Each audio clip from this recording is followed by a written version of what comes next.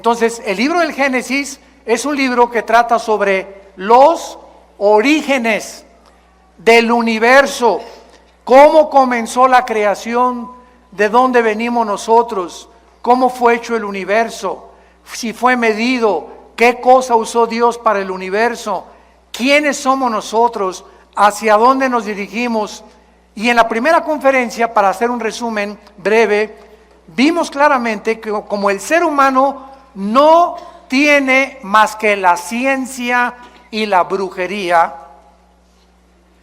el ser humano solamente tiene como recursos la ciencia para poder tratar de buscar y descubrir el origen del universo.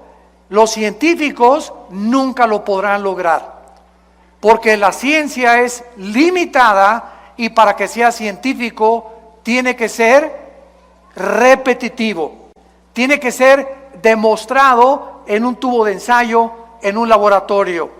La ciencia, los científicos observan los fenómenos, toman notas y lo tienen que comprobar. Entonces es imposible que por medios naturales, es imposible el ser humano pueda decir el universo comenzó de esta manera.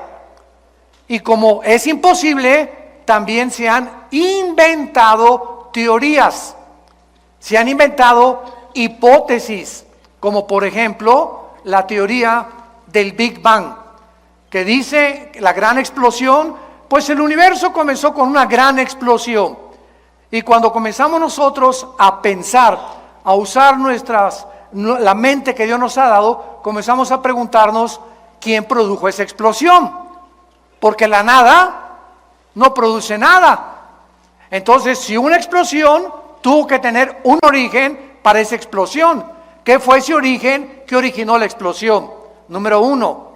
Número dos, de acuerdo a las leyes de la física, la primera y la segunda ley de la termodinámica, establecen claramente, nada se crea ni se destruye, solo se transforma, y el universo se encuentra en un estado de corrupción, de descomposición, de cambio. El sol está perdiendo millones de toneladas masa cada segundo. Tú estás envejeciendo celularmente, nuestro carro envejece, los edificios envejecen, el universo está envejeciendo. Hay millones de estrellas que ya han desaparecido, pero que nos sigue llegando la luz de esas estrellas, aunque ya desaparecieron. Esto lo establece la segunda ley de la termodinámica. Entonces, de acuerdo a las mismas leyes físicas, es imposible que el universo haya comenzado de la nada, porque la nada no produce nada. Entonces encontramos que las mismas leyes físicas contradicen lo que se ha especulado que es y se considera una teoría. Otra de las contradicciones tan grandes que existen, ¿verdad?, es que pues nosotros, como no sabemos quién fue primero, hombre o mujer, cómo comenzó la raza humana, pues se inventó también el pobre Carlos Darwin. Yo de veras tengo compasión por Carlos Darwin. Me acuerdo cuando leí su famoso libro, El origen de las especies.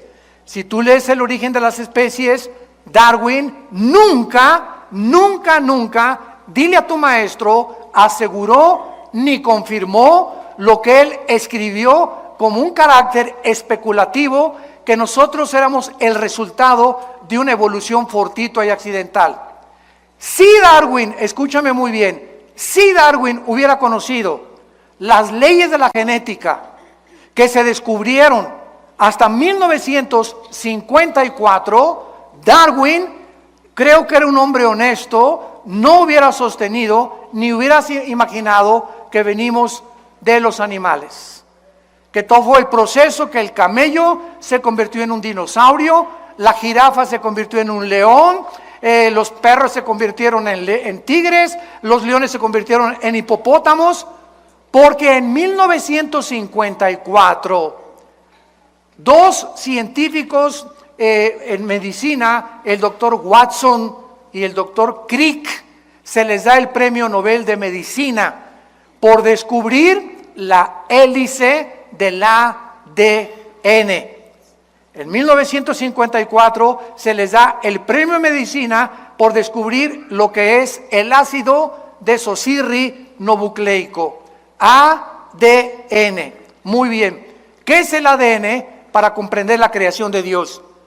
En tu cuerpo tienes billones de células. En mi cuerpo tengo billones de células. Y dentro de cada una de estas células existe un código genético hereditario, donde está escrito en este código microscópicamente condensado como un software, para usar el idioma cibernético del siglo XXI.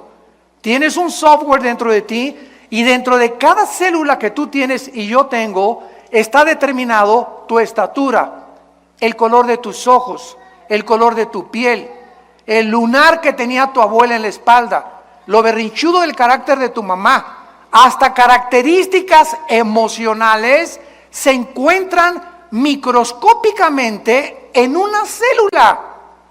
De ahí viene la famosa clonación, que es tratar de sacar el núcleo de una célula, introducírselo a otra para reproducir a un ser humano que es absolutamente una abominación delante de Dios. Pero gracias a esa información que nosotros tenemos, una célula de una oveja produce ovejas. Mis células jamás producirán changos. Ni las células de los changos producirán camellos, ni las de las jirafas producirán hipopótamos. Y cuando se descubre el ADN, el 62%, escúchenme muy bien, de los científicos que se decían ateos, se arrepintieron.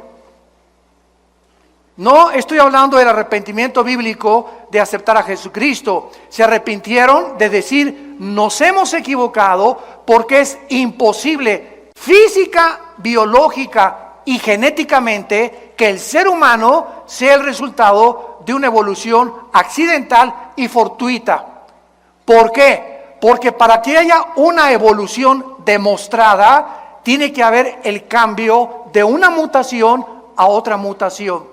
Jamás se ha descubierto una mutación de un perro a un gato, ni ha habido un cambio en los genes, ni en el ADN de un perro para que sea un gato o para que sea un rinoceronte. Entonces, las leyes de la genética impiden la evolución. Las leyes de la termodinámica impiden la evolución. ¿Por qué? Porque la evolución dice que vamos de menos a más. Y la Biblia dice que vamos de más a menos, o sea, cada vez más nos degeneramos, cada vez más el universo se descompone. No comenzó el universo de más a menos, sino comenzó de más a más, de menos a más, como dicen los evolucionistas. Entonces, y las leyes de la biología, los aminoácidos, si tú eres bióloga o biólogo, son los ladrillos de la vida, y los aminoácidos impedirán, han impedido y siguen impidiendo la evolución.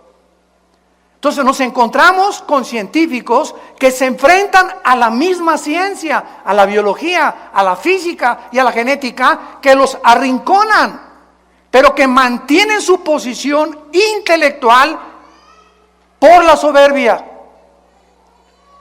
por no querer reconocer las mismas evidencias que la misma ciencia nos está ofreciendo, y Dios ha permitido que se descubran todas estas cosas científicas y tecnológicas para que el ser humano en el siglo que vivamos no tenga excusa de su ateísmo, de su escepticismo o de su ateísmo, ¿verdad?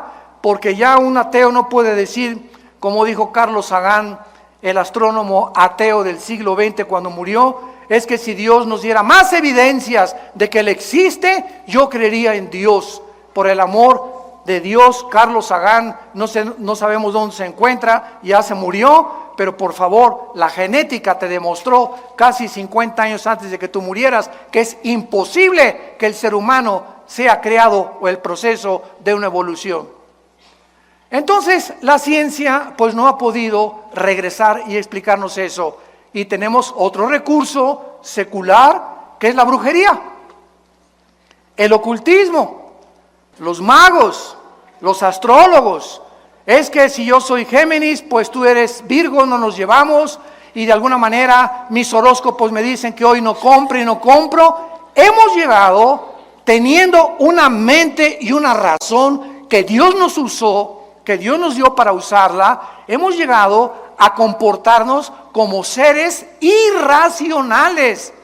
¿Cómo es posible que siendo racionales lleguemos a creer que la luna y el sol y Júpiter y la posición de los astros determinen mi conducta? O sea, somos personas determinadas, no autodeterminadas, sujetos a la influencia de los astros. Imagínense a dónde hemos llegado diciendo que somos sabios, se han convertido en necios. ¿Y todo por qué? Porque estamos buscando de dónde venimos. Hay un propósito para vivir, hay una razón para vivir, realmente por qué existo, de dónde vengo. Otra de las más grandes abominaciones del siglo XXI es el famoso transgénero. ¿Qué dice la genética? Por el amor de Dios, vamos a cerrar la Biblia, vamos a las leyes de la biología, que las mujeres tienen 2 cromosomas XX, el hombre tiene XY. Cuando mi papá se reunió con mi mamá para parirme, el cromosoma Y de mi papá fertilizó el óvulo de mi mamá X y nací varón. Y todos los que somos varones tenemos un cromosoma que las mujeres no tienen. Y cuando tú eres mujer es porque tu papá, cuando tuvo relaciones con tu mamá, el cromosoma X de tu papá fertilizó el X de tu mamá y naciste mujer, naciste princesa y reina. ¿Cómo que no? ¿De dónde venimos? Estamos en el siglo XX, damas y caballeros, y se está enseñando que si un niño se quiere vestir de princesa y una niña se quiere vestir de soldado y de Rambo, les demos oportunidad porque tienen el derecho, imagínense, tienen el derecho de escoger su género cuando lo que determina nuestro género es la biología. Tú eres hombre por las cromosomas que tienes y tú eres mujer por las cromosomas que tienes. Así nos diseñó Dios. Entonces, si tú quieres cambiar tu papel o los elementos cromosómicos de tu naturaleza, ¿qué estás haciendo? Atentando contra la naturaleza. Dejemos a un lado la Biblia. Estás rechazando las leyes naturales por las cuales tú fuiste creado y naciste. Y tratando de cambiar tu identidad. Por eso el 63% de las personas que han querido operarse y volverse mujeres u hombres se han suicidado. ¿Me escucharon? El 62%, damas y caballeros, de los que han querido cambiarse el transgénero se suicidan. No soportan después tener otra identidad, se engañaron completamente. Y hay una lucha emocional y mental impresionante. Porque dentro de tu alma tú sabes que eres hombre, tú sabes que eres mujer y quieres cambiar eso. Chocas contra la naturaleza y viene un problema mental. De ahí viene lo que clasificaron los psicólogos como múltiples desórdenes de la personalidad, esquizofrenia, sociopatías, psicosis, paranoias, que son únicamente problemas mentales que los seres humanos se han provocado por luchar contra la naturaleza y contra las leyes de Dios. Jesús vino a darnos vida y vida en abundancia. Jesús vino a alumbrarnos y a mostrarnos que no venimos de la nada, que fuimos creados a su imagen y semejanza, que somos agentes morales responsables de nuestras acciones y que si nosotros le escuchamos y le obedecemos, vamos a conocer el significado verdadero de vivir. Abran sus Biblias los que la traigan. En el libro de Job, capítulo 38, y vamos a ver nosotros que hace más de aproximadamente 5,000 años, porque el libro de Job es tan antiguo como el libro del Génesis. El libro de Job fue escrito en tiempos de los patriarcas. Y el libro de Job es el libro que contiene más evidencias científicas No estamos hipotetizando ni especulando como el libro de Darwin. A lo mejor, chance y, no estoy seguro, puede que.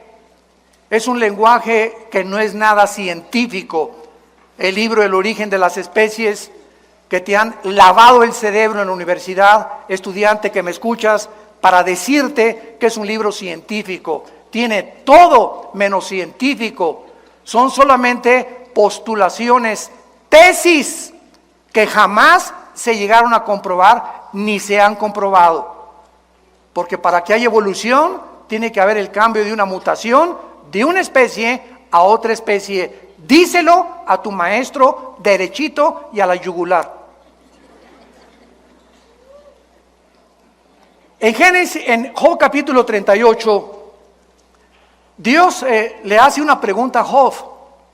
Versículo 4, ¿dónde estabas tú cuando yo fundaba la tierra? Házmelo saber si tienes inteligencia. Esta pregunta ha quedado en el aire por más de casi ya 6,000 años que el ser humano tiene sobre este planeta. ¿Dónde estábamos cuando Dios fundaba la tierra? ¿Cuál sería la respuesta? Muy sencillo, no existíamos. Porque antes de que nosotros fuéramos creados, lo vamos a ir viendo con mucha profundidad, este planeta, la tierra, ya estaba habitada antes que nosotros. No por seres humanos, sino por ángeles. Los ángeles ocupaban esta tierra y aquí en este planeta fue creado Lucifer. Y cuando hablamos de ángeles, quiero volver otra vez a repetirlo, la creación de Dios en la Biblia es serafines que están arriba del trono de Dios, querubines que están junto a Dios guardando su santidad, y vamos a explicar todo esto detenidamente, y los ángeles son otras entidades espirituales, porque la palabra Malek en el hebreo, con K al final, y angelus en el griego, significa mensajeros. Entonces, los querubines no son ángeles, los serafines no son ángeles, son otra especie de creación espiritual de Dios. Cuando me preguntan, ¿usted cree que el universo está poblado por seres de otros planetas? La respuesta es claro, amén y amén, pero no por marcianos, ni jupiterianos, ni mercurianos, sino que el universo, lo dice la Biblia, está poblado por millones de millones de millones de ángeles en otras galaxias. Y el centro, el núcleo de todo el universo y el sistema solar donde nosotros vivimos, el centro del universo es este minúsculo planeta que se llama Tierra. ¿Lo podrías tú creer? Que hay estrellas que son 1,000,000 de veces, escucha lo que te digo, más grandes que el Sol. Para que tengas una idea, el Sol es 1,000,000 de veces más grande que la Tierra. O sea, dentro del Sol cabrían 1,000,000 de planetas Tierra. Para que tengas idea de la grandeza del Sol. Y hay estrellas 1,000,000 de veces más grandes que el mismo Sol. Y la Tierra, este minúsculo y aparentemente inofensivo y completamente marginado planeta, de los más chiquitos que hay, ahí escogió Dios venir a tener el inicio de la creación, por lo cual la Biblia comienza en Génesis 1:1, en el principio Dios creó los cielos y Marte. ¿Dice eso? Dios creó los cielos y el objeto de la reflexión de Dios y el objeto a donde Dios nos quiere llevar es mostrarnos desde el principio de la Biblia que este planeta no solamente es especial, sino, escúchame bien, en los próximos años, este planeta, Dios que habita ahorita en el tercer cielo, va a bajar como cuando estuvo en el huerto del Edén. Adán y Eva caminaban con Dios en el huerto del Edén. Dios caminaba con ellos en el huerto del Edén. Dios como forma humana caminaba con ellos y platicaba con ellos. Y cuando vino el pecado, Dios nos dejó a nosotros, perdimos la espiritualidad y cuando recibimos a Cristo la recobramos. Pero este planeta, cuando Jesús venga, se convierte en el trono de Dios del universo.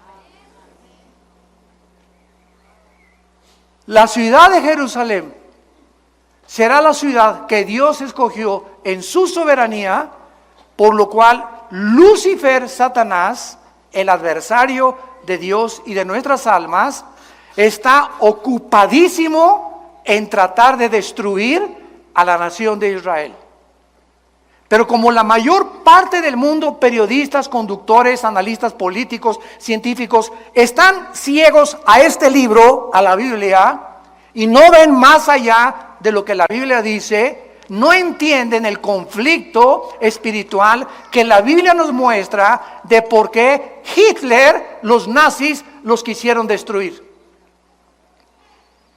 Cuando los nazis teniendo guerra contra Rusia, contra José Stalin, Winston Churchill en Inglaterra y los americanos, Hitler se olvidó de Rusia, de Inglaterra y de Estados Unidos y se volvió contra un grupo étnico de judíos que no tenían armas, ni nación, ni ropa, ni dinero, con odio jarocho.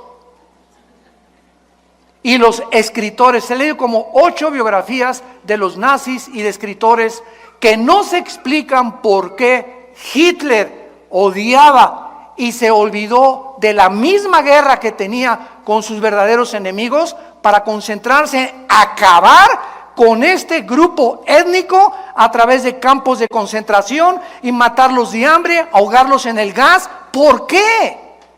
No le hacían nada. Todo el mundo se pregunta, pero ¿cuál era el enemigo que él podía percibir o vislumbrar con los judíos? Solo la Biblia lo explica. Y por eso actualmente Jerusalén sigue siendo el centro de ataques del mundo entero, de todos sus enemigos alrededor, de destruirlo, echar al Mediterráneo, y nadie ha podido, desde 1948, que se establecieron como nación libre, soberana e independiente, nadie ha podido sacarlos de su tierra, porque así lo dice la palabra de Dios. ¿Y saben por qué es este odio? Porque Lucifer sabe, Satanás sabe que cuando Cristo regrese por nosotros, Jerusalén se convierte en la ciudad y el trono de Dios. Es el miedo que él tiene de que se le acabó su reinado en este planeta Tierra. Por eso el odio que él tiene contra la raza judía.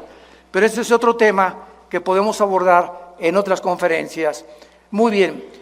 Y aparte aquí en Job capítulo 38, el capítulo que abrimos, después de que Dios le pregunta a Job que dónde estaba, y Dios cuando hace una pregunta, su sabiduría se encuentra detrás de los cuestionamientos que nos hace para ubicarnos en la perspectiva en la que debemos estar ubicados. Ninguno de nosotros existía cuando Dios fundó el universo. ¿Cuál es el resultado? Que como no existíamos, es imposible que podamos nosotros, por medio de nuestra sabiduría, investigación científica, poder llegar a poder concluir el universo comenzó así y así y así. Tenemos aproximadamente en la ciencia 96 métodos científicos para poder deducir o investigar el origen o el tiempo de las cosas que existen.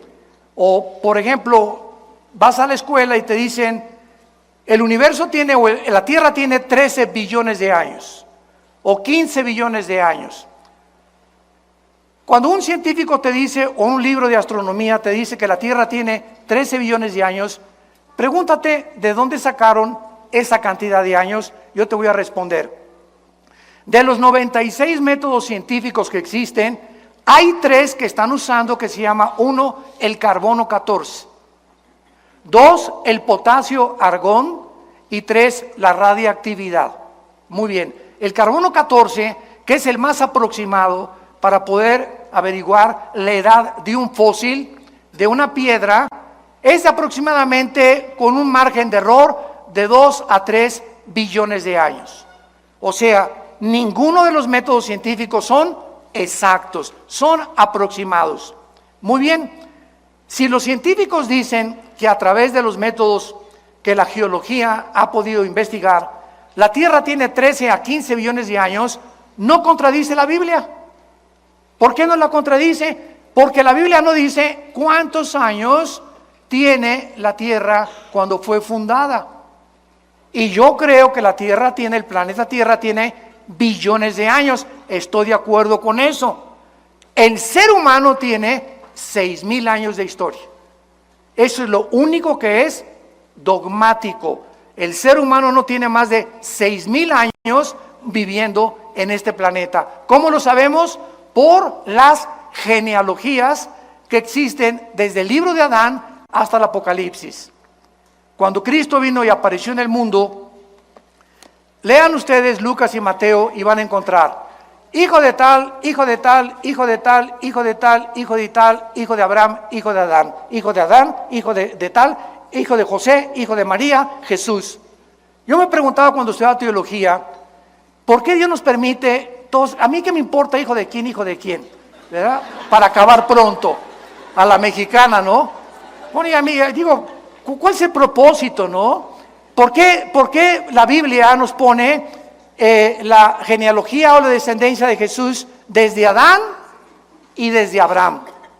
Y cuando ya comencé a profundizar aún más, descubrí porque a Dios le interesa, fíjense lo que les voy a decir, a Dios le interesa que cuando su Hijo Jesucristo apareciera en el escenario mundial, fuera el único ser humano de quien se pudiera citar o se pudiera deducir desde dónde venía. Toda su ascendencia de Jesucristo es la que se encuentra en 2 evangelios. ¿Y esto por qué? Porque a través de la prueba de las genealogías de Cristo, Cristo demuestra a los fariseos, a los religiosos, a los expertos en la ley, que Él era el Mesías que Dios había prometido. Sus credenciales venían por venir de María. María descendía del rey David. David descendía de la tribu de Judá. De la tribu de Judá descendía Isaac. Isaac descendía de Abraham. Abraham descendía desde Adán. Y esto lo prueba la Biblia para demostrar que Jesús no es Buda, no es Mahoma, no es Mahatma Gandhi, no es Walter Mercado, no es Confucio. Él es mi Hijo bien amado, en quien tengo toda mi complacencia. Cuando fue bautizado, fue la voz que se oyó: es Jesús. Él es. No sigas a Mercado, no sigas a Buda, no sigas a Confucio. Son hombres altruistas, son hombres que de alguna forma fueron buenos de acuerdo a nuestra calificación y nuestra perspectiva, pero no eran el Hijo de Dios. No eran los que tenían toda la sabiduría del mundo. No eran los creadores de la vida. Es Jesucristo, el que celebramos ahora en Navidad, el que es realmente y vino a darnos la vida eterna. El que dijo: yo soy el camino, la verdad y la vida. Yo antes de ser cristiano, ustedes lo saben, yo era ateo, comunista. No tenía estaba decepcionado de la religión que mis padres me heredaron. Quería ser cura a los 12 años, me corrieron a los 6 meses. Cuando descubrí que me gustaban las mujeres porque me habían dicho que tenía que hacer el voto del celibato.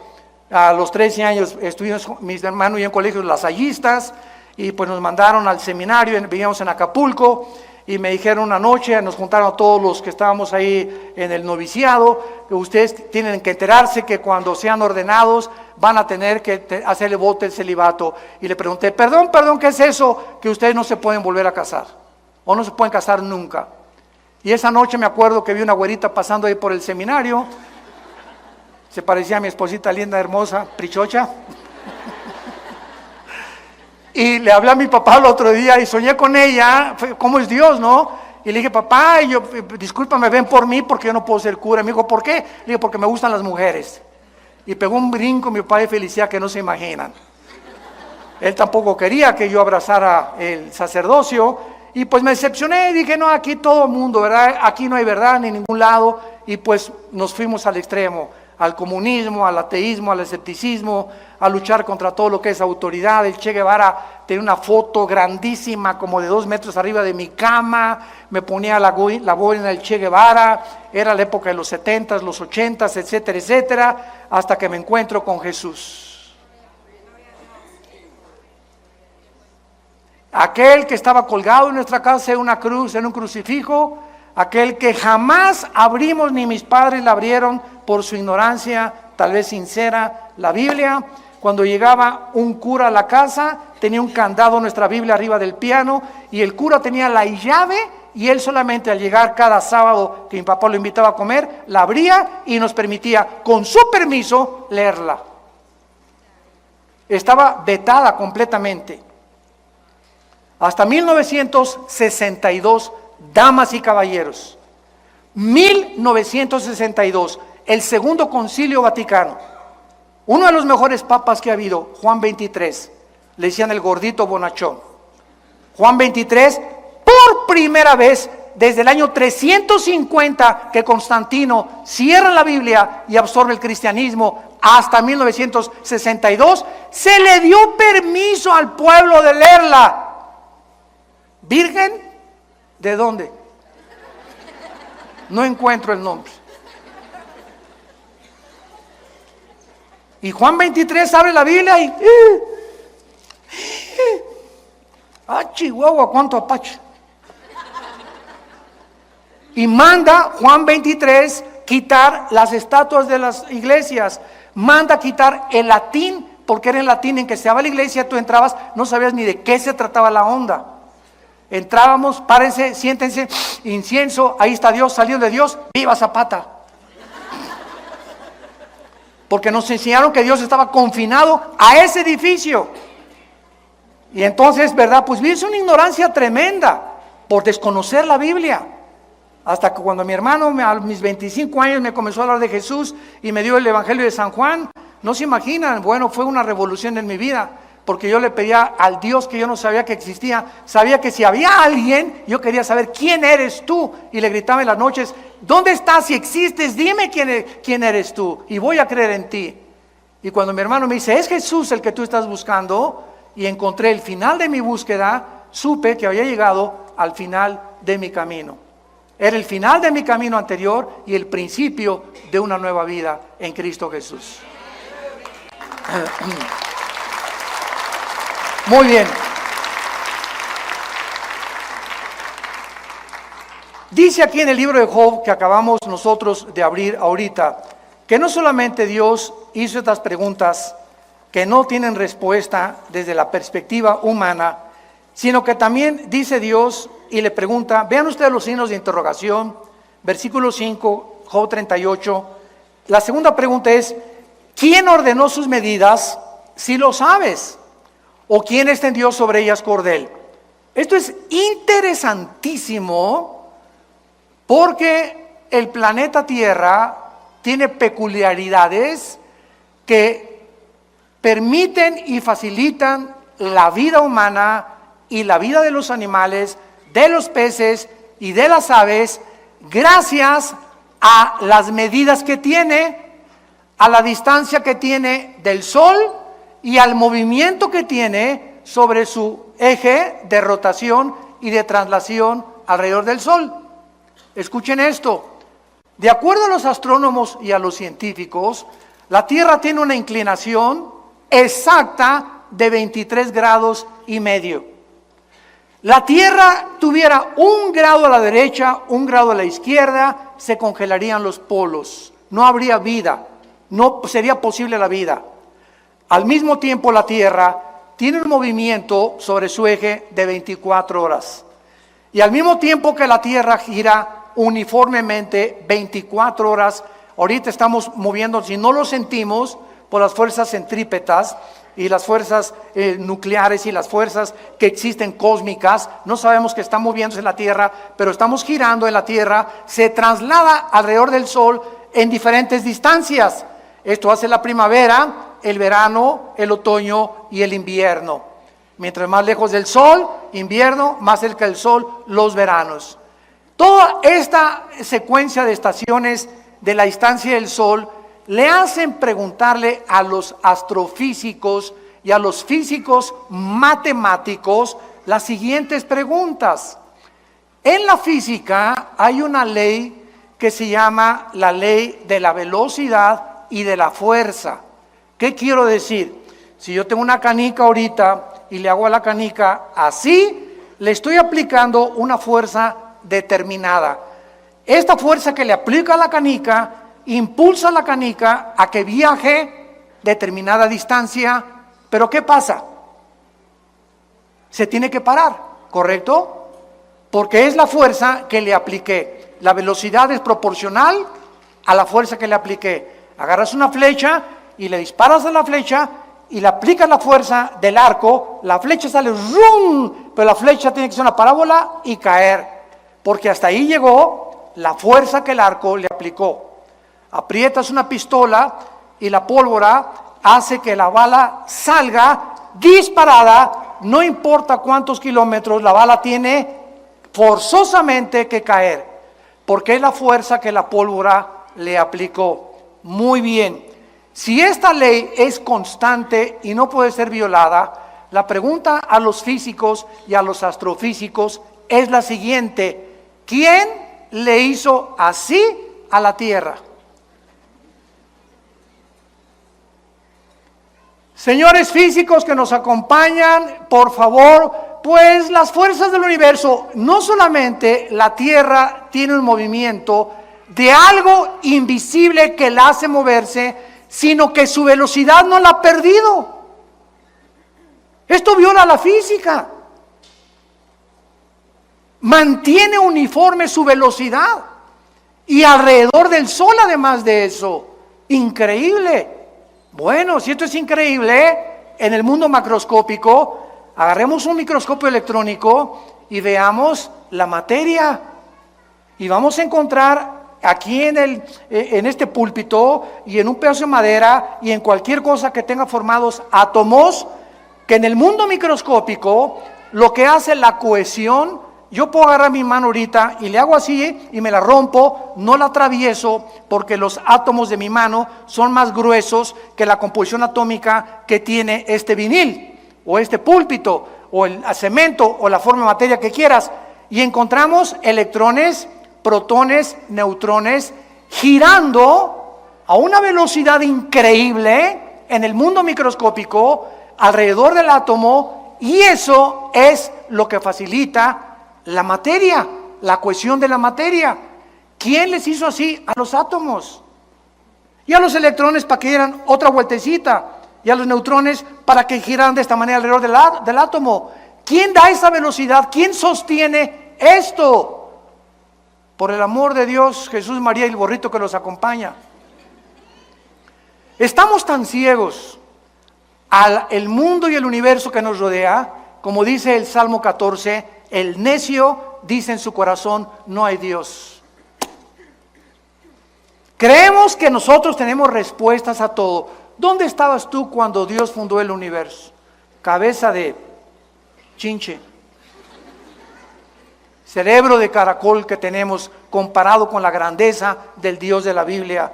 Y dice la Biblia, ¿quién ordenó sus medidas? ¿Quién extendió sobre ellas cordel? ¿Sobre qué están fundadas sus basas? Versículo 7.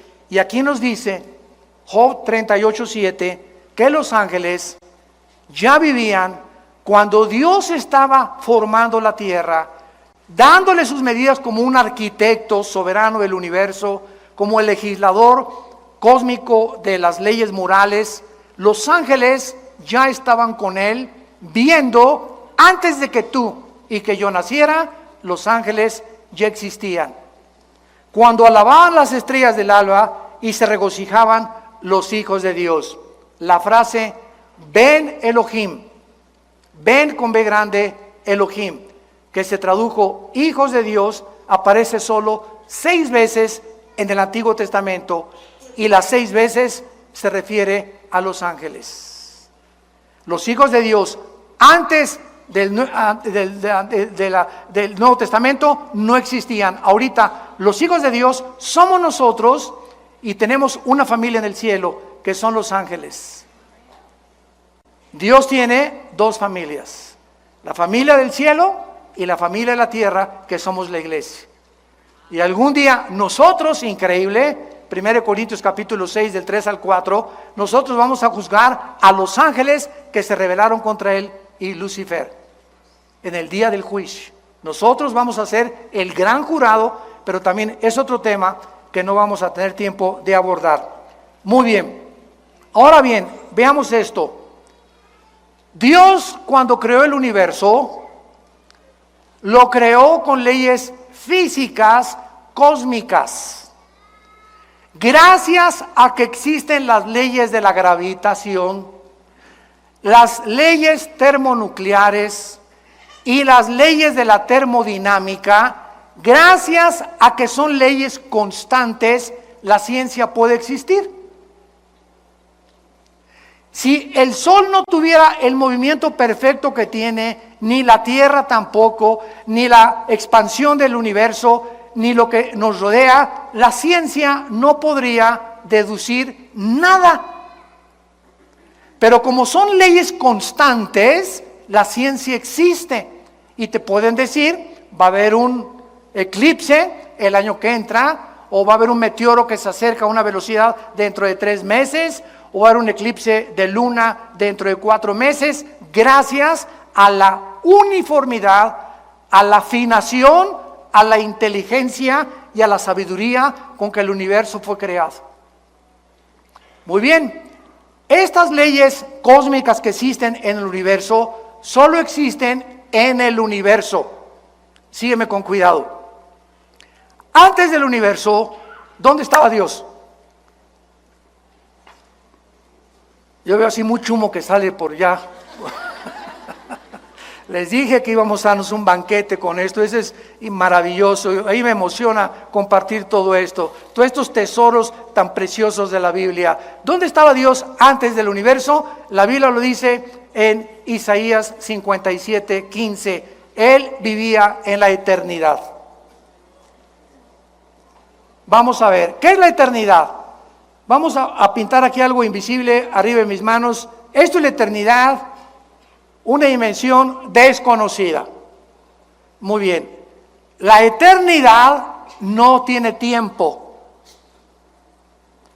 En la eternidad no existe el tiempo. No existe el pasado y el futuro, nada más el presente. Por eso Dios se revela en Éxodo 3, yo soy el que soy. El del presente nada más. En la eternidad no existe el tiempo como nosotros. Cuando Dios dice, en el principio Dios creó los cielos y la tierra, sígame con mucho cuidado, Dios en la eternidad mete un principio y un final que ya no pertenece a la eternidad, sino al primero, segundo y tercer cielo. Los 3 cielos que menciona 2 Corintios 12, 2 y 3, no existían cuando Dios vivía en la eternidad, ni cuando Dios no había creado el universo. Era el Padre, el Hijo y el Espíritu Santo, nada más. Entonces, Dios inicia el universo con un tiempo, en el principio. Cuando dice, en el principio Dios creó los cielos y la tierra, en ese principio vino a la existencia la materia, el tiempo y el espacio. Pertenecen al principio del tiempo y vamos a tener un final. Ahora bien, nosotros los seres humanos estamos encerrados en un universo de 4 dimensiones. Alto, bajo, ancho, y Alberto Einstein, 1943, concluye y postula su famosa fórmula E igual a mc al cuadrado, que significa la energía es igual a la masa por la velocidad de la luz al cuadrado, y se establece el tiempo física, astronómica y científicamente como la 4ª dimensión. Y ahora el mundo científico acepta que el tiempo forma parte de las 4 dimensiones donde tú y yo vivimos. Pero como Dios es eterno, Él está fuera del tiempo, ¿correcto? Él está fuera de nuestras dimensiones, porque estas 4 dimensiones no existen en la eternidad. Y esta es la razón por la cual este libro que tengo en mis manos, señores ateos, escépticos y agnósticos que nos visitan, este libro que tengo en mis manos es un libro hiperdimensional. ¿Qué quiere usted decir? Lean Apocalipsis. ¿Cuándo fue escrito Apocalipsis? ¿Hace 2000 años? ¿No? ¿Verdad? ¿O no? No se queden callados, échenme porras, hombre. No me dejen solo. Claro que sí, fue escrito hace 2000 años por el apóstol Juan. Y el apóstol Juan hace 2000 años es sacado de su cuerpo y trasladado en el tiempo 2000 años y escribe hace 2000 años lo que ya sucedió y lo que no ha sucedido. Juan escribe y vi al anticristo y vi al falso profeta y cayeron las trompetas y él escribe en el Apocalipsis todo como si ya hubiera sucedido, porque él lo vio. Pero al mismo tiempo lo que él escribe antes y en el futuro no ha sucedido en el presente. ¿Cómo te explicas eso? Esto es lo que significa la hiperdimensionalidad. Como Dios es y trasciende todo, para Dios 1000 años es un día es 1000 años para Dios. El tiempo para Dios no existe como existe para todos nosotros.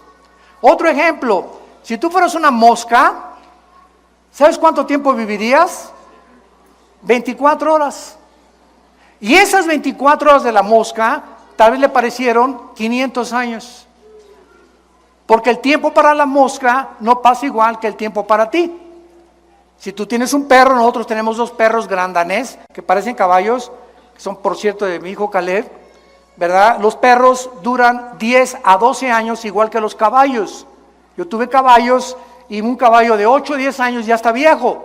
Entonces tenemos ahorita un gran danés de 6, 7 años que en equivalencia a la edad humana tiene como 60, 70 años de edad. ¿Por qué? Porque para los perros 7 años son 60 años. Y para nosotros, para la mosca, son 24 horas. ¿Me van siguiendo?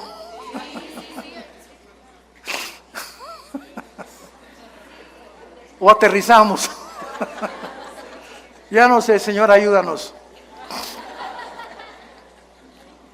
Yo le pido a Dios que me ayude a poder explicar todo esto. Y a veces no hay las suficientes palabras para poder explicarlo. Pero en 2, 3 años lo vas a entender. Muy bien. Entonces, el tiempo no existe en la eternidad porque es otra dimensión. Y Dios para Él 1000 años es un día es como 1000 años. Para la mosca son 24 horas, que a lo mejor son 500 años. Para los animales, perros y caballos que tienen el mismo tiempo también es lo mismo. El que más dura es la ballena, por ejemplo. La ballena puede durar 80, 100 años, una ballena. Entonces, así todos los animales tienen su dimensión. Los peces en el agua tienen también su dimensión. Y ellos viven en una dimensión donde ellos no creen que existe nuestra dimensión. Y nosotros los estamos viendo todos los días. Y los peces completamente, ¿verdad?, inadvertidos, inconscientes de que hay otro mundo. Si se preguntara un pececito al otro, hola, ¿cómo estás? Y no, no, pues nada más aquí estamos nosotros. Ahí viene la ballena, ahí viene el tiburón. Pero nunca se van a imaginar que hay otra dimensión fuera del agua que somos nosotros y que los observamos. Así muchas veces nosotros somos como los peces que estamos en un mundo cerrado y tenemos gente que nos está observando, que son los ángeles.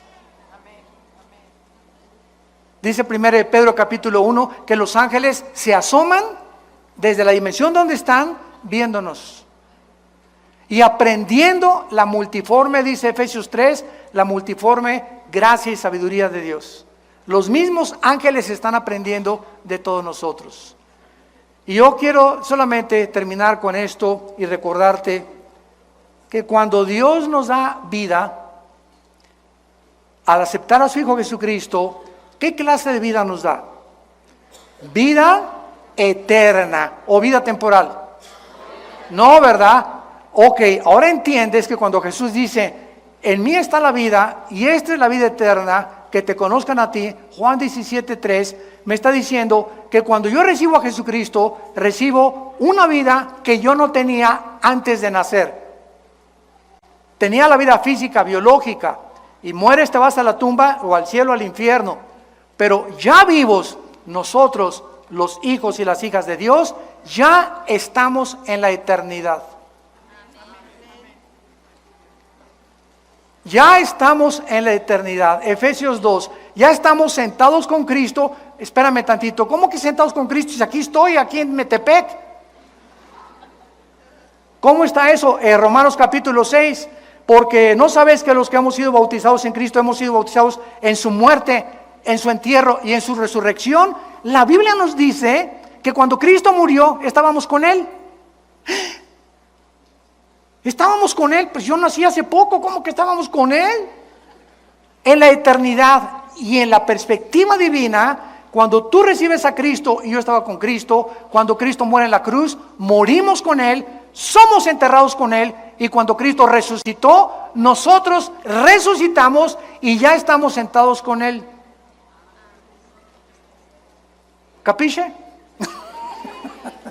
En otras palabras, tenemos los cristianos la posición que tenemos en el cielo y la posición experimental. Experimentalmente estamos en un mundo, estamos sufriendo, avanzando hacia el futuro. Un futuro que ya está escrito. Un futuro donde Jesús dice: yo soy el alfa y el omega. Un futuro donde ya se nos garantiza que vamos a llegar y que vamos a reinar con Él. Y mientras yo tenga esta capacidad de poder entender esto, voy a motivarme a ser fiel hasta la muerte.